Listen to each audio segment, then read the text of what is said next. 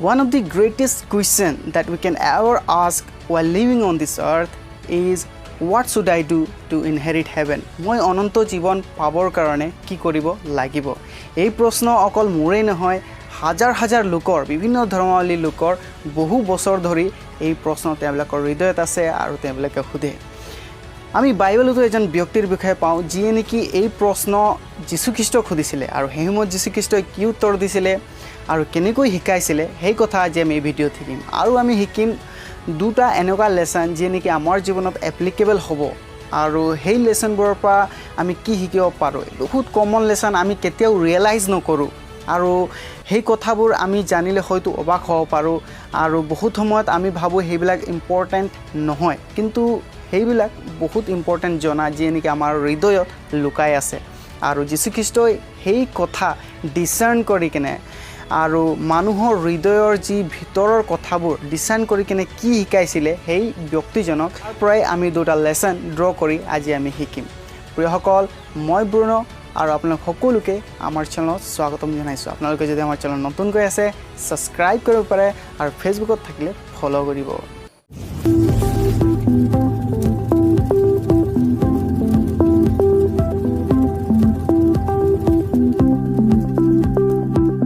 প্ৰিয়সকল, আমি যেতিয়া মথি 19 অধ্যায় 16 পৰা 23 পদ, মাৰ্ক 2 অধ্যায় 17 পৰা 22 পদ আৰু লুক 18 অধ্যায় 18 পৰা 22 পদ পঢ়োঁ, আমি এটা ঘটনাৰ বিষয়ে পঢ়িবলৈ পাওঁ। সেই ঘটনাটো হৈছে ৰিচ য়াং ৰুলাৰ, এজন ধনী ব্যক্তিৰ বিষয়ে যি নেকি যীশুখ্ৰীষ্টৰ ওচৰত আহিছিলে আৰু সেই প্ৰশ্ন সুধিছিলে, মই অনন্ত জীৱন পাবৰ কাৰণে কি কৰিব লাগিব।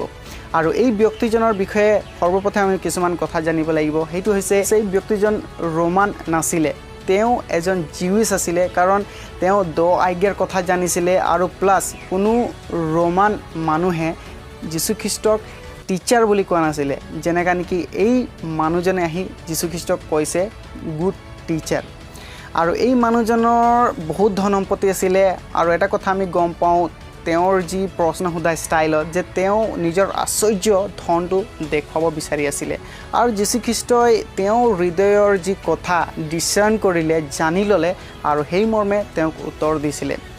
এতিয়া কথা হ'ল, যেতিয়া নেকি সেই য়াং ৰুলাৰটোৱে যীশুখ্ৰীষ্টৰ ওচৰত আহি কিনে সুধিছে, সেই গুৰু গুড টিচাৰ কৈছে মই কি কৰিব লাগিব অনন্ত জীৱন পাবৰ কাৰণে। যেতিয়া নেকি গুড টিচাৰ কৈছে, যীশুখ্ৰীষ্টই ইমিডিয়েটলি উত্তৰ দিছে, তুমি মোক কিয় গুড বুলি কৈছা, কিয় ভাল বুলি কৈছা, কিয়নো ভাল এজনা সেইটো হৈছে ঈশ্বৰ। ইয়াত কোনো যীশুখ্ৰীষ্টই নিজৰ ডিভিনিটি মানে নিজৰ ঐশ্বক্যতাক তেওঁ ডিনাই কৰা নাই, কিন্তু সেই মানুহজনৰ যি হৃদয়ৰ কথা গম পাইছিলে যীশুখ্ৰীষ্টই, তেওঁ এজন হিউমেন ষ্টেণ্ডাৰ্ড মানুহৰ গুডনেছৰ কথা কৈ আছে আৰু যীশুখ্ৰীষ্টই তাকে অঁতৰাবৰ কাৰণে তেওঁ কৈছে যে তুমি মোক কিয় গুড বুলি কৈছা, গুড এজনা সেইটো হৈছে ঈশ্বৰ। তাৰ মানে হিউমেন ষ্টেণ্ডাৰ্ড অফ গুডনেছ, মানুহৰ দৃষ্টিত যোনটো ভাল সেই দৃষ্টি আৰু ঈশ্বৰৰ গুডনেছ যোনটো আমি ভাল বুলি কওঁ ঈশ্বৰ, সেইটো বহুত ডিফাৰেঞ্চ আছে। মানুহৰ ষ্টেণ্ডাৰ্ড অফ লুকিং আৰু ঈশ্বৰৰ ষ্টেণ্ডাৰ্ড অফ লুকিং বহুত বেলেগ আৰু সেইটোৱে ডিফাৰেঞ্চিয়েট কৰিবৰ কাৰণে যীশুখ্ৰীষ্টই সেই কথা তাত কৈছিলে।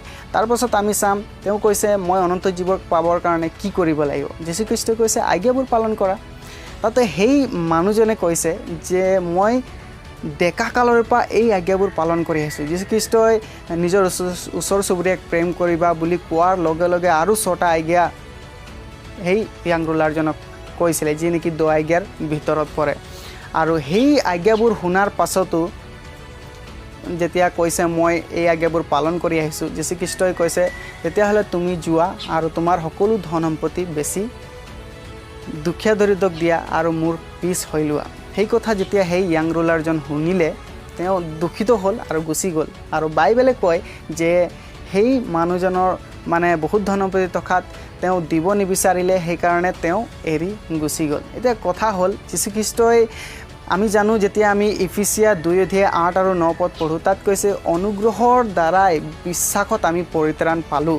তাৰ মানে যোনটো ছালভেশ্যন, ইটাৰনেল লাইফ, এইটো ফ্ৰী গিফ্ট অফ গড হয় আৰু পৰিত্ৰাণ ঈশ্বৰৰ দান হয়। ইয়াত আমি কোনো কৰ্মৰ দ্বাৰা নহয়। কিন্তু যীশুখ্ৰীষ্টই ইয়াত কেলৈ ক'লে যে তুমি আজ্ঞাবোৰ পালন কৰা, ইয়াত কোনো ডিফাৰেণ্ট ভিউ যীশুখ্ৰীষ্টই দিয়া নাই তাত, কিন্তু তেওঁ ক'ব বিচাৰিছিলে, তেওঁ হৃদয়ৰ কথা গম পাইছিলে যে এই মানুহজনে ধন সম্পত্তিৰ জৰিয়তে নিজৰ কৰ্মৰ যোগেদিহে মই পৰিত্ৰাণ পাম বুলি ভাবি আছিলেহি।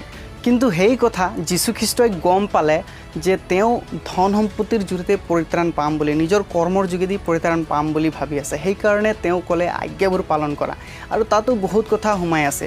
এতিয়া যেতিয়া আমি আজ্ঞাৰ কথা পাতোঁ, নিজৰ ওচৰ চুবুৰীয়াক প্ৰেম কৰা, আৰু আনৰ ধন সম্পত্তিলৈ লোভ নকৰিবা, নৰবধ নকৰিবা, ব্যভিচাৰ নকৰিবা, সেই সকলো বহুতবোৰ কথা সোমাই আছে। আৰু সেইকাৰণে যীশুখ্ৰীষ্টই নতুন নিয়মত আমি দুটা আজ্ঞা দিছিলে, নিজৰ ওচৰ চুবুৰীয়াক প্ৰেম কৰা আৰু ঈশ্বৰক প্ৰেম কৰা। যেতিয়া আমি সেই দুটা আজ্ঞাৰ কথা ভাবোঁ, প্ৰেমত বহুতবোৰ কথা সোমাই আছে। এতিয়া সেই যোনজন য়াং ৰুলাৰ আহিছিলে যীশুখ্ৰীষ্টক প্ৰশ্ন সুধিবৰ কাৰণে কেনেকৈ পাম, তেওঁ চাগে সেই সকলো কথা ৰিয়েলাইজ কৰা নাছিলে। তেওঁ ভাবিছে নিজৰ মনতে যে মই সকলো আজ্ঞাবোৰ পালন কৰি আহিছোঁ আৰু মই এতিয়া চালভেশ্যন পাম, ইটাৰনেল লাইফ পাম। কিন্তু যীশুখ্ৰীষ্টই তাত দুটা কথা এনেকুৱা তেওঁক কৈ দিলে, আৰু সেই মানুহজনে ইমানেই মূৰ্খ আছিলে যে সেই কথাটো বুজিব পৰা নাই। নিজৰ যোনটো ফল্ট আছিলে সেই কথাটো তেওঁ বুজিব পৰা নাই, নিজৰ যোনটো মিষ্টেক আছিলে সেই কথাটো সেই য়াং ৰুলাৰজনে বুজিব পৰা নাই। এতিয়া যি আমি এই কাহিনীটো পঢ়িছোঁ গোটেই 3টা পেছেজত, ইয়াৰ পৰা বহুত শিকিবলগীয়া কথা আছে। আৰু প্ৰথম যি কথা আমি শিকিব লাগিব সেইটো হৈছে যে এই য়াং ৰুলাৰজনৰ যি পৰিস্থিতি আছিলে, যি মিষ্টেক আছিলে, যি ফল্ট আছিলে, তেওঁ নিজেই বুজি পোৱা নাছিলে তেওঁ ক'ত ফল্ট আছে। নিজকে তেওঁ ভাবিছিলে যিহেতু তেওঁ 10 আজ্ঞা পালন কৰি আছে আৰু জানিব বিচাৰিছে যীশুখ্ৰীষ্টৰ পৰা কেনেকৈ মই অনন্ত জীৱন পাব পাৰোঁ, আৰু তেওঁৰ দৃষ্টিত তেওঁ ভাবি আছিলে, তেওঁৰ জ্ঞানত তেওঁ ভাবি আছিলে যে মই অনন্ত জীৱন পাব পাৰোঁ কাৰণ মই ধাৰ্মিক 10 আজ্ঞা পালন কৰি আছোঁ। কিন্তু 10 আজ্ঞা পালন কৰা মানেনো কি? ৰিয়েলি তেওঁ 10 আজ্ঞা পালন কৰিছিলেনে? সেই কথা যীশুখ্ৰীষ্টই ইনডাইৰেক্টলি জনাই দিলে যেতিয়া নেকি তেওঁ কৈছিলে তুমি আজ্ঞাবোৰ পালন কৰা। এতিয়া আজ্ঞাবোৰ পালন কৰা, তেওঁ ক'লে যে তুমি ওচৰ চুবুৰীয়াক প্ৰেম কৰা। ওচৰ চুবুৰীয়াক প্ৰেম কৰা মানেনো কি? তেওঁ ভাবিছিলে যে ওচৰ চুবুৰীয়াক প্ৰেম কৰিছোঁ, ভাল কথা কৈছোঁ, কিন্তু প্ৰেম অকল যে আমি কথা কৈ কিনে নহয়, কৰ্মৰ দ্বাৰাও কৰিব। কাৰণ সেই মানুহজন এজন ধনী ব্যক্তি আছিলে আৰু তেওঁ হয়তো দুখীয়া দৰিদ্ৰক দান কৰি কিনেও সেই মানুহবিলাকক প্ৰেম দৰ্শাব পাৰিলেহেঁতেন। আৰু তেওঁ ভাবিছিলে যে মই এই 10 আজ্ঞা পালন কৰি আছোঁ, এতিয়া মোৰ কৰ্মৰ দ্বাৰাই, মোৰ ধন সম্পত্তিৰ দ্বাৰাই মই অনন্ত জীৱন পাম। আৰু তেওঁ জনা নাছিলে যে যি চালভেশ্যন, সেই চালভেশ্যন আৰু অনন্ত জীৱন এয়া ঈশ্বৰৰ এক দান হয়, পৰিত্ৰাণ এক ঈশ্বৰৰ দান হয়, আমাৰ কৰ্মৰ দ্বাৰা নহয়, কিন্তু ঈশ্বৰৰ অনুগ্ৰহৰ দ্বাৰাই, আমাৰ বিশ্বাসৰ দ্বাৰাই সেই আমি পৰিত্ৰাণ পাব পাৰোঁ। কিন্তু সেই য়াং ৰুলাৰজনে সেই কথাটো ৰিয়েলাইজ কৰা নাছিলে। নিজৰ যোনটো দুখ আছিলে ভিতৰত, তেওঁ কি আজ্ঞাটো পালন কৰিছোঁ বুলি ভাবিছিলে, কিন্তু ভিতৰত যে তেওঁ সেইবোৰ কথা ৰিয়েলাইজ কৰিব পৰা নাছিলে ক'ত তেওঁৰ ফল্ট হৈ আছে। এতিয়া তেওঁ প্ৰেম কৰিছোঁ বুলি কৈ কিনে প্ৰেম কৰিব পৰা নাছিলে, তেওঁ চালভেশ্যন পাইছোঁ বুলি কৈ কিনে চালভেশ্যন পোৱা নাছিলে, কিন্তু তেওঁ ভাবিছিলে যে মই 10 আজ্ঞা পালন কৰিছোঁ আৰু মই সকলোবোৰ এতিয়া পাব পাৰোঁ। আমি বহুত সময়ত আমাৰ হিউমেন যোনটো হাৰ্ট হয়, আমি ভাবোঁ আমি ভাল কৰ্ম কৰি আছোঁ, কিন্তু আমাৰ যোনটো ফল্ট সেইটো ৰিয়েলাইজ কৰিবলৈ আমি পাহৰি যাওঁ। আমি ফৰ ছাপ'জ দাউদৰ জীৱনত চাবলৈ পাওঁ, আমি যেতিয়া 2 চামুৱেল 12 অধ্যায় পঢ়োঁ আৰু 11 অধ্যায় যদি আমি পঢ়িম, আমি গম পাম দাউদে বাথছেবাৰ সৈতে যি ঘৃণনীয় কাৰ্য কৰিছিলে।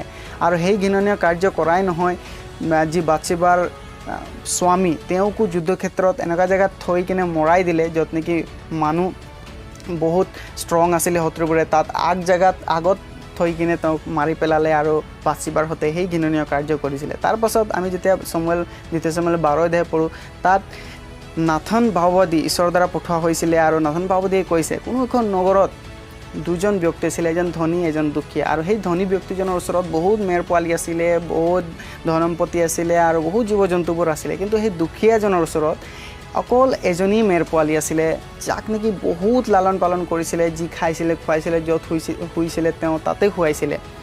আৰু এদিনাখন এনেকুৱা সময় আহিলে, সেই ধনী ব্যক্তিজনৰ ঘৰত এজন আলহী আহিলে, আৰু সেই আলহীজনক খুৱাবলৈ সেই ধনী ব্যক্তিজনে নিজৰ ঘৰৰ পৰা একো মাৰিব নিবিচাৰি সেই দুখীয়াজনে এজনী যোনটো মেৰ পোৱালি আছিলে সেই মেৰ পোৱালিটোক লৈ আহি সেই আলহীজনক খুৱালে। তাৰপিছত এই কথা যেতিয়া নেকি নাথানে দাউদক কৈ আছে দৃষ্টান্ত দি কিনে, দাউদৰ বহুত খং উঠিলে। কোনে এনেকুৱা কৰ্ম কৰিছে, তেওঁ মৃত্যুদণ্ড পোৱাৰ যোগ্য বুলি কৈছে। তাৰপিছত আমি পিছৰ পেছেজত পঢ়িবলৈ পাওঁ, নাথান কৈছে সেইজন তুমিয়ে। সেই যোনটো তুমি বাথসেবাৰ সৈতে ঘৃণৰ কাৰ্য কৰিলা, তেওঁৰ স্বামীক মাৰি পেলালা, সেই কাৰ্যটো এই দৃষ্টান্তৰ দ্বাৰাই নাথান ভাগৱতীয়ে জনাই দিব বিচাৰিছিলে আৰু কৈছে সেই ব্যক্তিজন তুমিয়েই সেই তেনেকুৱা ঘৃণনীয় কাৰ্য কৰিছা আৰু ঈশ্বৰৰ দৃষ্টিত কুআচৰণ কৰিছা। কিন্তু সেই দৃষ্টান্ত দি থাকোঁতে দাউদে ৰিয়েলাইজ কৰিব পৰা নাই যে মই তেনেকুৱা এটা ফল্ট কৰিছোঁ, মই তেনেকুৱা এটা মিষ্টেক কৰিছোঁ। আজি বহুতৰ তেনেকুৱা এটা কাৰ্য হ'ব পাৰে আৰু সেইটো greatest failure of human being হয়। আমি নিজৰ মিষ্টেকটো কেতিয়াও ৰিয়েলাইজ কৰিবলৈ নোৱাৰোঁ আৰু হয়তো কৰিবলৈ নিবিচাৰোঁ। ক'ত ভুল হৈ আছে সেই ধনী ব্যক্তিজনৰ নিচিনাকৈ ভাবিছে সকলো আজ্ঞাবোৰ পালন কৰি আছোঁ আৰু মই ভালে আছোঁ। যেতিয়া যীশুখ্ৰীষ্ট কৈছে তোমাৰ ওচৰ চুবুৰীয়াক প্ৰেম কৰা, আজ্ঞাবোৰ পালন কৰা, তেওঁ ৰিয়েলাইজ কৰিব পাৰিব লাগিছিলে যে মই মোৰ কৰ্মৰ দ্বাৰাই মই পৰিত্ৰাণ পাব নোৱাৰোঁ।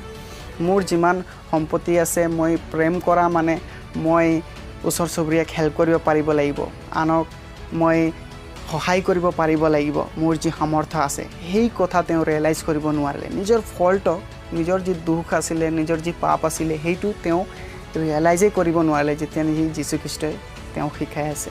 দ্বিতীয় যি কথা আমাক শিকিব লাগিব সেইটো হৈছে এনেকুৱা বহুত সময়ত হয় যে আমাৰ জীৱনত কেতিয়াবা এনেকুৱা এটা পাপ সোমাই যায়। আমি ভাবোঁ আমি ভাল কাম কৰি আছোঁ, আমি গীৰ্জা গৈ আছোঁ, প্ৰাৰ্থনা কৰি আছোঁ আৰু সেই মাজতে এনেকুৱা এটা পাপ সোমাই আমাৰ জীৱনত আৰু সেই পাপ কাৰ্য কৰোঁতে আমি কেতিয়াও নিজকে নিজে ৰিয়েলাইজ কৰিব নোৱাৰোঁ যে সেই পাপটো মোৰ জীৱনত আছে। হয়তো সেইটো লোভ হ'ব পাৰে, হয়তো সেইটো আমাৰ অহংকাৰ হ'ব পাৰে। কেতিয়া সোমাই যায় আমাৰ জীৱনত ভাল কাম কৰোঁতে কেতিয়াও আমি ৰিয়েলাইজ কৰিব নোৱাৰোঁ। প্ৰিয়সকল, আমি সেই য়াং ৰুলাৰ ধনী ব্যক্তিজনৰ ভিতৰত যে লোভ আছিলে তেওঁ ৰিয়েলাইজে কৰা নাছিলে। কেনেকৈ? যেতিয়া নেকি যীশুখ্ৰীষ্টই কৈছে যে তোমাৰ সকলো ধন সম্পত্তি দুখীয়া দৰিদ্ৰক দিয়া আৰু মোৰ পিছত হৈ লোৱা, তেতিয়া সেই মানুহজন দুখ কৰিলে আৰু গুচি গৈছে বাইবেলে কয়। তাৰমানে তাৰ ধন সম্পত্তিৰ প্ৰতি লোভ আছিলে আৰু তেওঁ ধন সম্পত্তিৰ ওপৰতে গৰ্ব কৰি চলি আছিলে। তেওঁ আজ্ঞা পালন কৰিছোঁ বুলি কৈছে, কিন্তু তেওঁ যে লোভ আছিলে সেই কথাটো তেওঁ ৰিয়েলাইজ কৰা নাছিলে। এনেকুৱা বহুত সময়ত হয় আমাৰ হৃদয়তো, হয়তো আমি ভাল ৰাইচাছ লাইফ জীয়াই আছোঁ, ধাৰ্মিক জীৱন জীয়াই আছোঁ, ভাল কৰ্ম কৰিছোঁ, প্ৰাৰ্থনা কৰিছোঁ, কিন্তু কেতিয়াবা সেই ভাল কৰ্মৰ মাজতে শয়তানে আমাৰ ভিতৰত সেই বেয়া গুণটো সোমাই দিব পাৰে। কচিয়াছ হ'ব লাগে আমাক। হয়, কোনোবাই যদি আমাক কৈছে তেনেহ'লে সেই কথাটো আমি চিৰিয়াছলি ল'ব লাগে, কিবা এটা যদি ফল্ট হৈছে আমাৰ জীৱনত। আৰু সেই কথাবোৰ যেতিয়া আমাৰ জীৱনত থাকে আমি হয়তো অনন্ত জীৱনৰ ভাগি পৰা দূৰ হৈ যাব পাৰোঁ, অনন্ত জীৱন পাব নোৱাৰোঁ। যেতিয়া নেকি যীশুখ্ৰীষ্ট কৈছিলে আজ্ঞাবোৰ পালন কৰা, তাৰ মানে তেওঁ ক'ব বিচাৰিছিলে যে তুমি ৰিয়েলি আজ্ঞাবোৰ পালন কৰিছানে? আমাৰ জীৱনতো হয়তো সেই প্ৰশ্ন আছে। আমি আজ্ঞাবোৰ পালন কৰিছোঁ কওঁ, প্ৰেম কৰিছোঁ কওঁ আৰু ঈশ্বৰক প্ৰেম কৰোঁ বুলি কওঁ। প্ৰাৰ্থনা কৰোঁতে আমি সদায় কওঁ ঈশ্বৰ আপোনাক মই সকলোতকৈ বেছি প্ৰেম কৰোঁ, কিন্তু সঁচাকৈ সেই প্ৰেমটো আমাৰ জীৱনত আছেনে? আমি ডিমনষ্ট্ৰেট কৰিব পাৰিছোঁনে? আমাৰ যোনটো ফেইথ আছে, সেই যোনটো বিশ্বাস আছে, সেই বিশ্বাসটো আমি কৰ্মৰ জৰিয়তে ডিমনষ্ট্ৰেট কৰিব পাৰিছোঁনে? লোকক দেখুৱাব পাৰিছোঁনে? আমি ঈশ্বৰৰ অনুগ্ৰহৰ দ্বাৰাই বিশ্বাসেৰে আমি পৰিত্ৰাণ পাম, কিন্তু সেই পৰিত্ৰাণ পাবলৈ আমাক বিশ্বাসত থিৰে থাকিব লাগিব। ঈশ্বৰে যি আজ্ঞা দিছে সেই আজ্ঞাবোৰ ৰিয়েলি পালন কৰিব লাগিব। আমি আজ্ঞাবোৰ পালন কৰিছোঁ বুলি ক'লেই নহ'ব, সেইবোৰ আমি প্ৰেক্টিকেলি আমি চলিছোঁ নে নাই, সেইটোৱে মেইন পইণ্ট হয়। আমি এই য়াং ৰুলাৰ জীৱনত শিকিব পাৰোঁ। যিসকল আমাৰ নিজৰ যি মিষ্টেক ফল্ট সেইবোৰ আমাক ৰিয়েলাইজ কৰিবলৈ শিকিব লাগিব। ক'ত ভুল হৈছে, ক'ত কি হৈছে সেইবোৰ শিকিব লাগিব। আৰু আমাৰ যে কিবা আছে তাত গৰ্ব কৰি একো লাভ নাই। আমি পৰিত্ৰাণ পাম, সেইটো হৈছে ঈশ্বৰৰ অনুদান, তেওঁৰ অনুগ্ৰহ আৰু আমাৰ বিশ্বাসৰ যোগেদি। এইটো ঈশ্বৰৰ এক ফ্ৰী গিফ্ট বুলি কওঁ আমি। প্ৰিয়সকল, অনন্ত জীৱন পাবৰ কাৰণে সেই মানুহজনে যেনেকৈ সুধিছিলে, ঈশ্বৰে ক'লে তুমি আজ্ঞাবোৰ পালন কৰা, আৰু ৰিয়েলি আমি সেই আজ্ঞাবোৰ পালন কৰিছোঁনে নাই? আৰু আমাৰ ভিতৰত যদি কিবা তেনেকুৱা ফল্ট আছে আমি ৰিয়েলাইজ কৰিব পাৰিছোঁনে নাই? কাৰোবাৰ যোগেদি বা কিবা মাধ্যমৰ যোগেদি যে আমি গম পাইছোঁ আমাৰ ভিতৰত কিবা এটা ভুল আছে, সেই ভুলটো আমি শুধৰণি কৰিবলৈ চেষ্টা কৰিব লাগে। তেতিয়াহে ঈশ্বৰে আমাৰ জীৱনত কাৰ্য কৰিব, আমি বিশ্বাসত থিৰে থাকিব পাৰিম আৰু অনন্ত জীৱনৰ ভাগি হ'ব পাৰিম, যেনেকৈ ঈশ্বৰে আমাক শিকাইছে। ঈশ্বৰে সকলোকে আশীৰ্বাদ কৰক এই ভিডিঅ'ৰ মাধ্যমৰ যোগেদি। Praise the lord.